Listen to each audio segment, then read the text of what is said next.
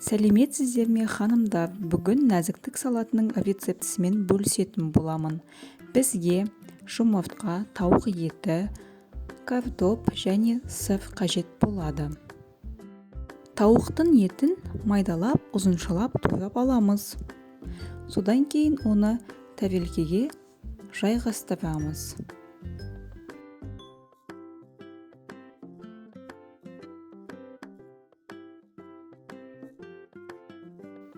Тауықтың үстінен тұз себеміз және майонез жағамыз.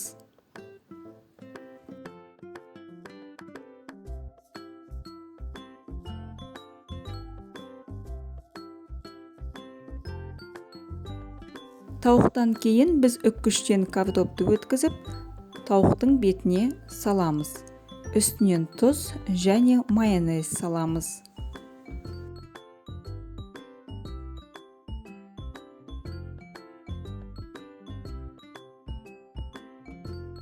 Келесі кезекте бізде жұмыртқаны үккіштен өткізіп саламыз.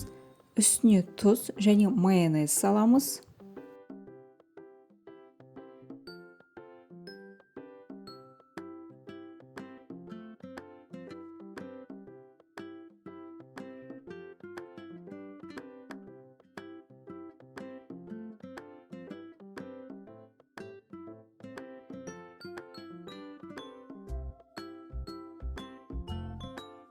Келесі кезекте бізде сырды да үккіштен өткізіп, оны да тәрелкемізге жайғастырамыз және үстіне тұз сеппейміз, тек қана майонезбен әсемдеп қоямыз.